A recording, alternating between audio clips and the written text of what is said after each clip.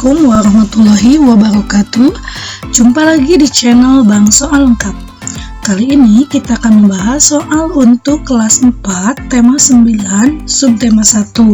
Sebelum kita mulai, jangan lupa teman-teman pastikan sudah like, share, dan subscribe di channel ini supaya teman-teman selalu mendapat manfaat dan info terupdate dari kami. Baiklah, kita mulai dengan latihan soal subtema 1 mata pelajaran PKN.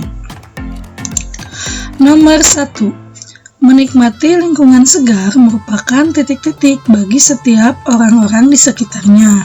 A. Hak, B. Kewajiban, C. Harapan, D. Kebutuhan. Lingkungan segar itu adalah hak setiap orang, jadi jawabannya adalah A. Lanjut ke soal nomor 2. Menyediakan ruang terbuka hijau merupakan titik-titik terhadap lingkungan. A. Hak, B. Kewajiban, C. Harapan, D. Angan-angan. Jadi ketersediaan ruangan hijau merupakan kebutuhan setiap manusia, dan yang wajib memenuhinya adalah pemerintah.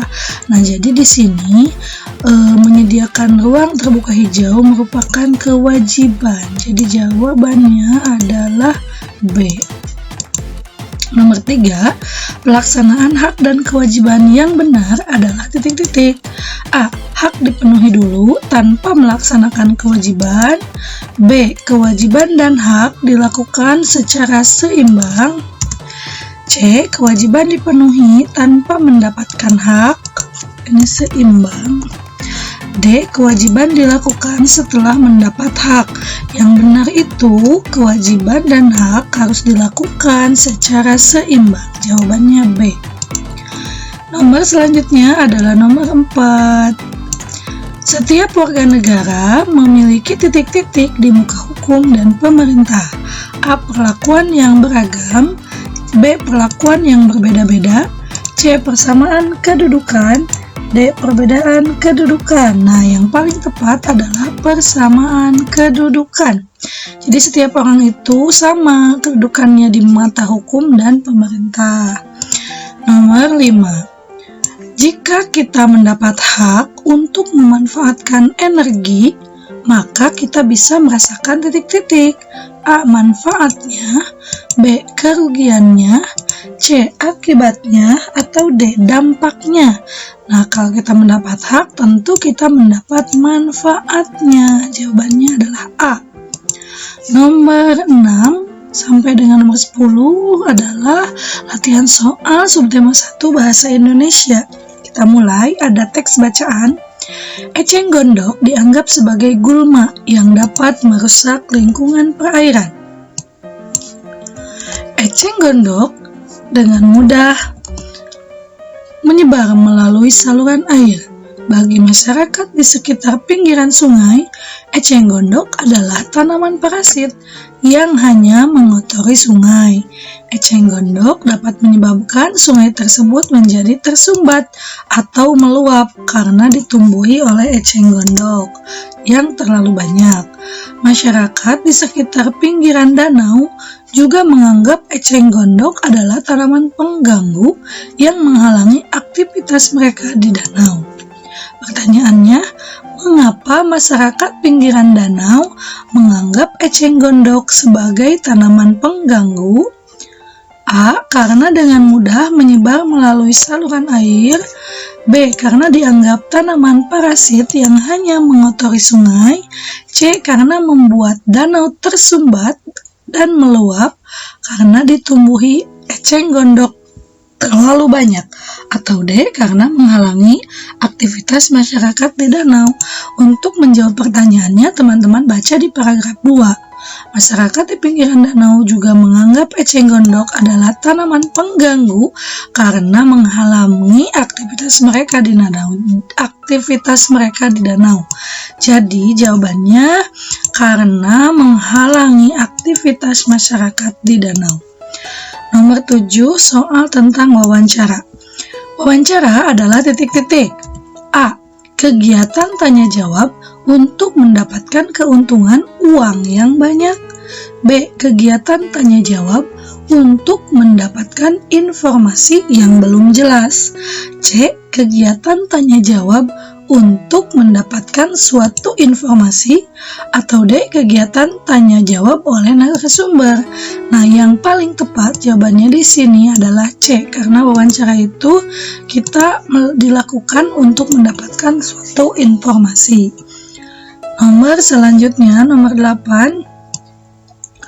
Orang yang memberikan informasi dalam sebuah wawancara disebut titik-titik. A. Narator, B. Wartawan, C. Moderator, atau D. Narasumber. Narator adalah orang yang membacakan teks narasi. Wartawan adalah orang yang pekerjaannya mencari dan mendapatkan berita. Moderator biasanya adalah orang yang membimbing dalam suatu perbincangan.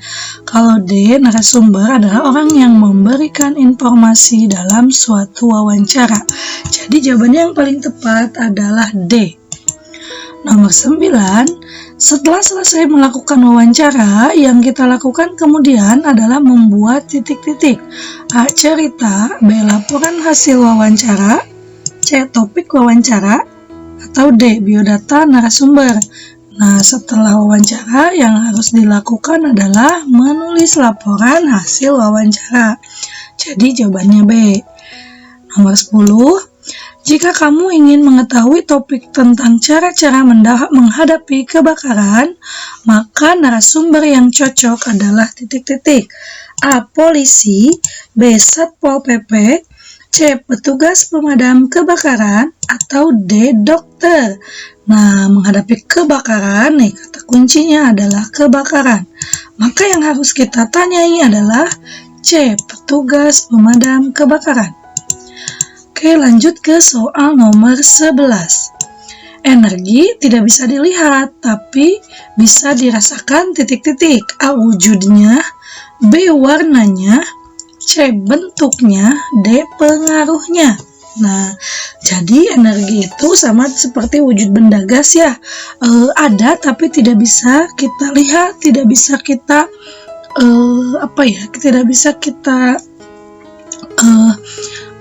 kita indikasikan dengan panca indera, tapi bisa kita rasakan pengaruhnya. Jadi jawabannya adalah D, pengaruhnya. Misalkan energi listrik, kita tidak bisa melihat bentuknya listrik, kita tidak juga bisa melihat warnanya listrik, wujud listrik pun kita tidak bisa melihatnya, tapi kita bisa merasakan pengaruh dari energi listrik. Jadi jawabannya D. Nomor 12 ini sudah muatan soal IPA. Berikut ini yang bukan ciri-ciri energi adalah titik-titik. A. Tidak mudah dirasakan, B. Tidak mudah diperlihatkan, C. Mampu menggerakkan benda, D. Mampu mengubah posisi. Nah, yang bukan ciri-ciri adalah A ya, tidak mudah dirasakan. Jadi mudah dirasakan, pengaruhnya terasa. Nomor 13, air merupakan salah satu sumber energi titik-titik. A. Alternatif, B. Tidak dapat diperbaharui, C. Non terbarukan, D. Alam. Yang paling tepat, air itu banyak sekali di Indonesia namun belum dimanfaatkan sebagai sumber energi, maka air disebut energi alternatif. Jawabannya adalah A. 14. Aliran air dari bendungan atau waduk digunakan untuk menggerakkan turbin untuk kemudian membangkitkan titik-titik. A. Energi panas, B. Energi bunyi, C. Energi listrik, D. Energi gerak. Nah, ini adalah salah satu sistem kerja dalam PLTA, pembangkit listrik tenaga air. Jadi setelah air dari bendungan itu menggerakkan turbin, maka terjadi perubahan energi dari energi gerak air menjadi energi listrik. Jadi jawabannya C. Energi listrik. Nomor 15, alat yang mengubah energi gerak dari air menjadi energi listrik disebut titik-titik. A. Panel surya, B. Generator, C. Baterai, D. Aerogenerator. Yang paling tepat adalah B. Generator. Nomor 16 sampai dengan nomor 20 muatan soal subtema 1 IPS. 16. Segala sesuatu yang ada di sekitar kita dan mempengaruhi kehidupan manusia disebut titik-titik. A. Pemukiman, B. Lingkungan, C. Bentang alam, D. Kenampakan. Nah, jawaban yang tepat adalah lingkungan. Jadi, yang ada di sekitar kita dan sangat berpengaruh adalah lingkungan. 17. Nelayan memperoleh nafkah dari laut. Itu artinya bahwa lingkungan laut berfungsi sebagai tempat titik-titik. A. Sumber penghidupan, B. Berpengharapan besar, C. Olahraga laut, D. Bekerja keras. Nah, artinya lautnya buat nelayan adalah sumber penghidupan. Jawabannya A. Nomor 18. Lingkungan adalah titik-titik. Segala sesuatu yang ada di sekitar manusia yang mempengaruhi kehidupan manusia. A. B. Segala benda di alam, baik benda mati maupun benda hidup yang dimanfaatkan manusia untuk memenuhi kebutuhannya. C. Segala sesuatu yang dapat menghasilkan energi. Atau D. Lingkungan yang berada di rumah maupun sekolah.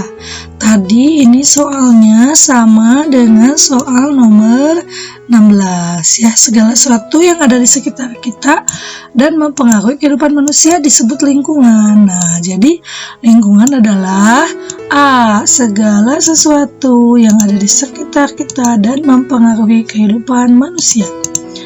Nomor 19. Ini nomor 18 lagi, harusnya nomor 19. Salah satu contoh pencemaran air adalah titik-titik. A. Asap kendaraan bermotor, B. Membuang limbah ke tanah, C. Membuang air bekas cucian ke sungai, atau D. Menanam terumbu karang. Yang betul pencemaran air adalah membuang air bekas cucian ke sungai. Jawabannya C. Nah, ini nomor 20 harusnya. Kita ganti saja nomornya.